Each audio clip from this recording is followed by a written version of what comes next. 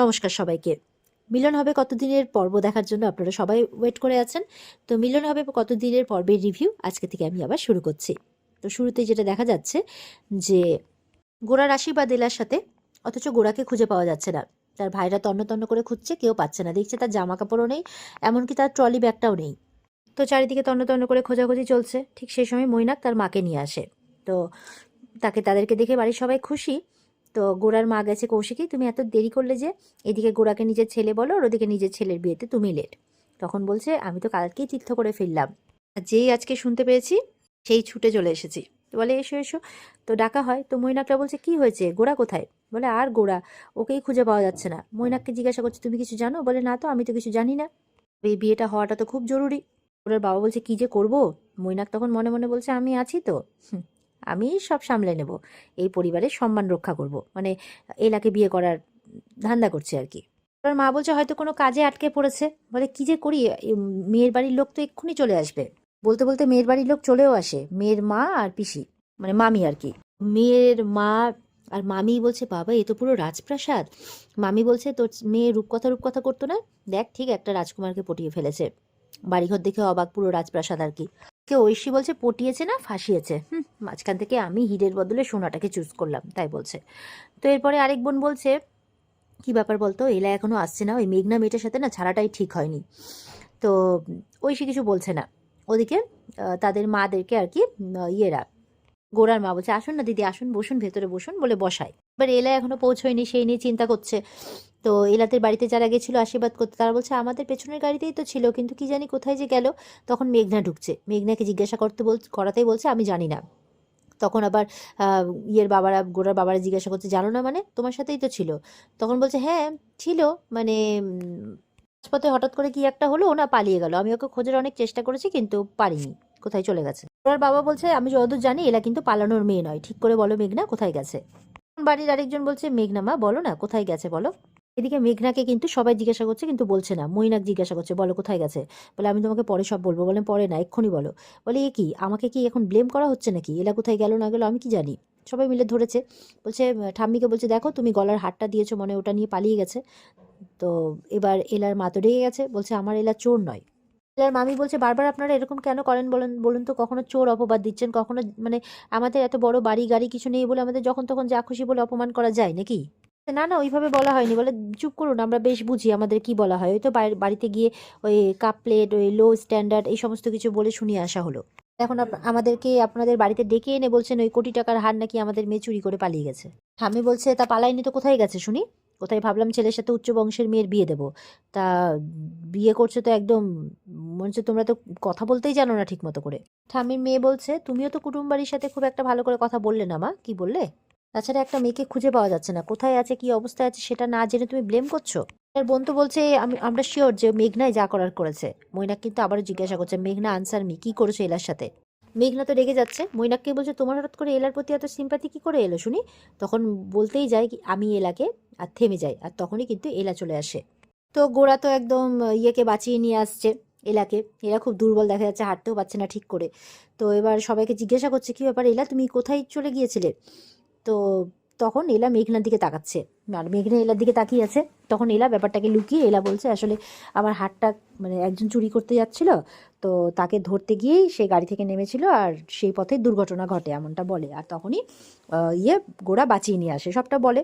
তখন তো গোড়ার ভাইরা সবাই বলছে মেঘনাকে যে হাটটা যে চুরি যেতে যাচ্ছিল এই কথাটা তো আমাদেরকে বলতে পারতিস শেষে। এদিকে গোড়াকে বলছে বাড়ির বড়রা যে আশীর্বাদের দিন তুই ব্যাগপত্র গুছিয়ে কোথায় যাচ্ছিলিস। তখন গোড়া বলছে যে আমি আসলে পালাতে যাচ্ছিলাম, এই এই বিয়ে আর এই আশীর্বাদ এই সব নাটক থেকে আমি পালাতে যাচ্ছিলাম। তখন এলা বলছে বলছে কিন্তু পালিয়ে তো লাভ নেই, যেখানে যাব সেখানে এলা বসে সে জুটবে। তখন এলা বলছে আরে বেশ তো যাচ্ছিলেন, তো চলে গেলেন না কেন, আমিও তাহলে এই উটকো ঝামেলা থেকে বাঁচতাম। তখন দাদান বলছে যে ভগবান যাদেরকে এক করেছে তারা একে অপরের থেকে পালাবে কি সাধ্যি। তো সবাই মিলে তো মেঘনাকে দোষারোপ করছে। তখন এলা বলছে না না মেঘনার কোনো দোষ নেই, আসলে সে হয়তো বুঝতেই পারেনি যে আমার গলার হারটা ছিনতাই হচ্ছিল, তাই জন্য আমি দৌড়ে তাকে ধরতে যাচ্ছিলাম। মৈনাক বলছে মেঘনা তুমি যেখানেই যাও সেখানেই ব্লান্ডার করো, মনে মনে বলছে তুমি জানো না আজকে কত বড় ব্লান্ডার করলে, তোমার এই ব্লান্ডার করার জন্য আজকে গোড়া ফিরে এলো। আর সে বিয়ে করতে পারবে না, আশীর্বাদটা তার সাথে হবে, সে ঠিক করেছিল সেই আশীর্বাদ করবে আর কি গোড়ার বিপরীতে। সবাই ভাববে যে সম্মান বাঁচিয়েছে আর এদিকে ওর ইচ্ছে পূরণ হয়ে যেত, এরকমটাই আর কি। তাই জন্য মেঘনার উপর রেগে গেছে। সংযুক্তা মনে মনে বলছে, হায় রে মেঘনা, যতই কাজ করে লুকোনোর চেষ্টা করলে কিন্তু তুমি পারলে না, আমার চোখে ধরা পড়েই গেলে, এমনটা মনে মনে ভাবছে। ওদিকে এলা আর গোরা দুজনেই বলে ওঠে তারা বিয়ে করতে চায় না একে অপরকে, কারণ তাদের মধ্যে সেই সম্পর্কই নিয়ে আর কোনোদিনও গড়ে উঠবে না, একদম স্পষ্ট কথা বলছে। তো এলা বলছে তার চেয়ে বরঞ্চ আহ, মানে গোরা সেনের বিয়ে হওয়ার থেকে আমার মনে হয় এই বাড়িতে যাকে আপনারা বড় ছেলে বলে মানেন তার বিয়ে হওয়াটা বেশি জরুরি। বলে কি মৈনাক? বলে হ্যাঁ, কারণ সে তো তার ভালোবাসার মানুষকে পেয়ে গেছে। সে তার ভালোবাসার মানুষের সাথে চিঠি দেয়া নেয়া, গিফট দেয়া নেয়া সবই চলে, তাদের মধ্যে চোখে চোখে কথা সবই চলে। বলে তাই নাকি? পাত্রী কে তাহলে? বলছে পাত্রী বসবাড়িরই একজন। তো মৈনাক বলছে হ্যাঁ আসলে আমি গোড়াকে বলছে তুই আসলে রাগ করবি তাই আমি বলতে চাইনি। তো আসলে আমি এলা তখন বলছে হ্যাঁ দাঁড়ান দাঁড়ান আমি বলছি। তখন ঐশীকে এনে তার পাশে দাঁড় করিয়ে দেয় আর বলছে এই যে এলা বোসের বোন ঐশী বোসকেই মৈনাক ভালোবাসে, মৈনাক স্যার তাই বলছে। তো মৈনাক আর মৈনাকের মা তো দুজনেই অবাক। তারপরে মৈনাক আরও কিছু বলতে গেলেও বলছে, এলা বলছে কেমন দিলাম বলুন বলুন। তো বাড়ির বড়দের বলছে ওদের মধ্যে ভালোবাসা আছে তাই ওদের বিয়ে হওয়াটাই জরুরি, আর যাদের মধ্যে ভালোবাসা নেই তাদের বিয়ে হয়ে কী লাভ, ভালোবাসাটা মানে বিয়েটাই তো টিকবে না, তাই না? তখন বলছে সে এই কথাটা তুমি ভালোই বলেছো। গোরার বাবা বলছে মানে মৈনাকের সাথে যে ঐশী বসুর বিয়ে হবে সেটাতে ওনারা খুবই খুশি, আর এই ব্যাপারটা দেখে আবার ঐশীর মাও খুব খুশি যে যাক এলার সম্পর্ক করতে এসে ঐশীরটাও পাকা হয়ে গেল, তাও আবার বড় বাড়িতেই। ওপর থেকে সংযুক্তা আর মেঘনা নেমে আসছে। সংযুক্তা বলছে ওই দেখো কি ব্যাপার, মৈনাক নাকি ওই ঐশী বসের বোনকে ভালোবাসে। তো মেঘনা বলছে না এটা হতে পারে না, বলে ওই দেখো হচ্ছে নিচে। আর তখন মৈনাক মনে মনে বলছে মেঘনা আবার কেন নেমে আসছে, ও যদি রাগের মাথায় বলে দেয় ওরা আমার সম্পর্কের কথাটা তখন কি হবে, এমনটা ভাবছে। ঠিক ঐশী বলছে কি গো বলো যে আমরা খুব তাড়াতাড়ি বিয়ে করব। তখন গোরার বাবা বলছে আমরা কিন্তু রাজি, আমরা বিয়ে কিন্তু পাকা ধরেই চলছি। এলার মা বলছে সরলা আমি তো বিশ্বাসই করতে পারছি না যে আমাদের ঐশীর জন্য ভগবান এমন সুন্দর একটা পাত্র জোগাড় করে দিলেন। সরলা তো বলছে কোথাও কোনো গন্ডগোল নেই বল। নেই হবে। মেঘনা যখন এসে বলছে মৈনাক তুমি ওকে ভালোবাসো, বলে হ্যাঁ আমি বাসি। এটা শুনে তো খুব খুশি হয়ে যায় ঐশী। তো যাই হোক ওদের বিয়েটা পাকা হয়ে যায়। তো দাদু বলছে দুজন মানে দুই জড়িকে একই মণ্ডপে বিয়ে দিয়ে দেবো। তখন এলা বলছে না আমি বিয়েটা করতে পারবো না দাদু, আমার কাছে বিয়েটা খুব পবিত্র, বিশ্বাস করো। হ্যাঁ আমি বলেছিলাম আমি ওনার পাত্রী খুঁজে দেবো, আমি সেটা পারিনি, কিন্তু তা বলে আমি বিয়ে করতে পারবো না। তো বলে এইভাবে করলে কিভাবে হবে।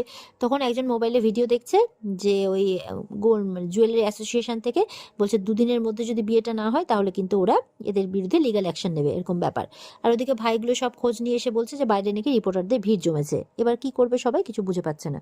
গোরা সেন বলছে চিন্তা করিস না তোরা, ওই ভুলভাল ধমকিতে কেউ আমাদের কোনো কিছু বিগড়াতে পারবে না, আমি লয়ারের সাথে কথা বলছি।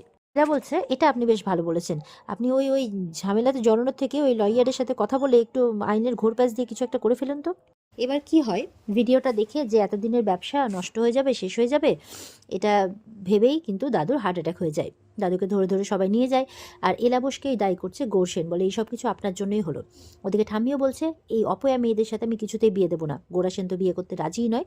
মৈনাককেও বলছে মৈনাক তুমিও সিদ্ধান্ত নিয়ে নাও, এই অপয়া মেয়েদের সাথে আমি কিছুতেই বিয়ে দেবো না, যারা এই বাড়িতে পা রাখতে না রাখতে আমার সিঁদুর নিয়ে টানাটানি হয়ে গেল তাদের সাথে আমি কিছুতেই বিয়ে দেবো না।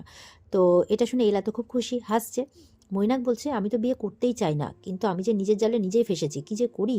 বলছে যে ঠাম্মি এখন এসব কথা থাক না, দাদুর শরীরটা খারাপ, এসব ঠিক হয়ে যাক তারপর ওই সব নিয়ে ভাবা যাবে, তাই বলছে। সংযুক্তা বলছে না কোনো ভাবাভাবি নাই, এই মেয়েদের সাথে কিছুতেই বিয়ে দেওয়া যাবে না। এই মেয়ে এলার কথা বলছে, যবে থেকে এই ব্যবসা জয়েন করেছে তবে থেকে বাবার শরীর নিয়ে একদম টানাটানি পড়ে গেছে।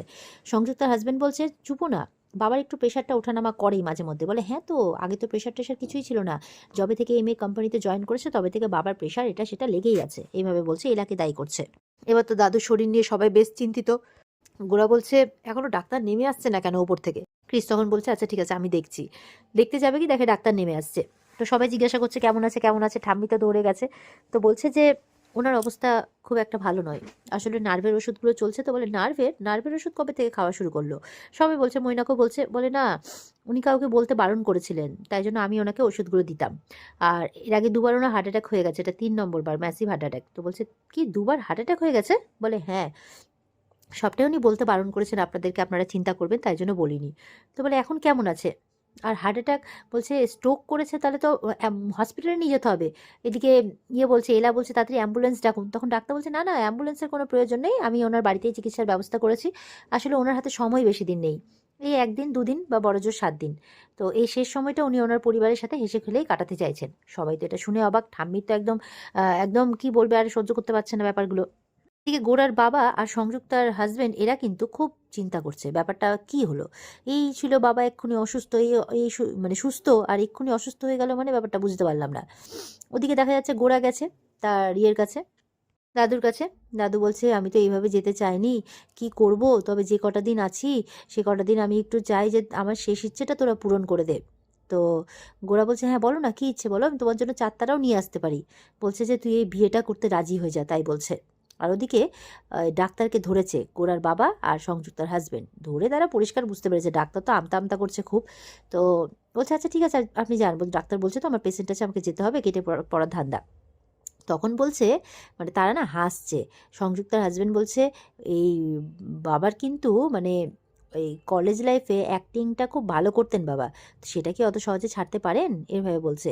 তো এই নিয়ে তো গোরা সেনের বাবা আর ওই সংযুক্তার হাজবেন্ড খুব হাসাহাসি করছে, বুঝতে পেরে গেছে সবটাই বাহানা এই বিয়েটা দেওয়ার জন্য। আর এই ব্যাপারগুলো শুনে ফেলেছে মৈনাক আর তার মা। তখন মৈনাকের মা বলছে, তার মানে এই সব কিছুই বাহানা এলা আর গোরার বিয়ে দেওয়ার জন্য। ওদিকে তখন মৈনাক বলছে, দেওয়াচ্ছি বিয়ে, এমন একটা কাণ্ড বাঁধাবে সে এখন যে বিয়েটাই হতে দেবে না। ওদিকে এলা, গোরার ভাই বোনরা, এলা, তারপরে এলার মাটা সবাই গেছে উপরে। গিয়ে এবার দাদু বলছে, এলা তুমি এসেছো, শোনো না, তোমরা তো সবাই সব কিছু শুনেছো, তো যাওয়ার আগে আমার শেষ ইচ্ছেটা পূরণ করে দাও না। তো এলা তো তাকিয়ে আছে অবাক হয়ে দাদুর দিকে। আর এখানেই কিন্তু আজকের পর্ব শেষ হয়ে যায়। তো এই ছিল আজকের পর্বের রিভিউ। ভালো লেগে থাকলে পর্বকে লাইক কমেন্ট করে জানাতে ভুলবে না, আর আমাদের সাথে জুড়তে চ্যানেলকে সাবস্ক্রাইব করতে ভুলবে না। দেখা হচ্ছে তোমাদের সাথে আগামীকালকে। সবাই খুব ভালো থাকবে। আজকের মতো পর্ব এই পর্যন্তই। টাটা।